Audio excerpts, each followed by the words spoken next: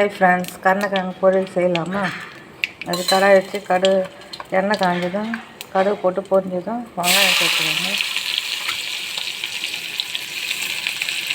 வெங்காயம் நல்லா வதக்கணும். இது கருணக்கிழங்கு செஞ்சுக்கோங்க.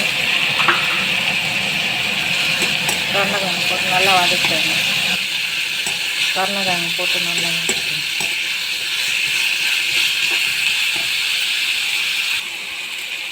பிறகு தேவையான அளவு மிளகாத்தூள் சேர்த்துக்கோங்க. இதுக்களவு மஞ்சள் தூள் போட்டுக்கோங்க.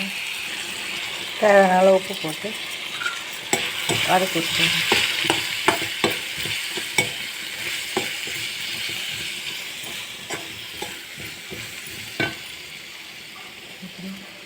தண்ணி வச்சு வேக விடுங்க.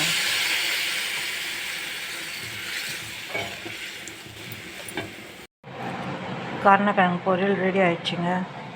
சுட சுட சாதம், பருப்பு ரசம், கருணக்கிழங்கு பொரியல். சுட சுட சாதத்தில் ரசம் ஊற்றின்னு இந்த கருணக்கிழங்கு பொரியல் வச்சு சாப்பிட்டு அட்டகாசமாக இருக்காங்க. பிடித்திருந்தால் லைக் பண்ணுங்கள், ஷேர் பண்ணுங்கள், சப்ஸ்கிரைப் பண்ணுங்கள்.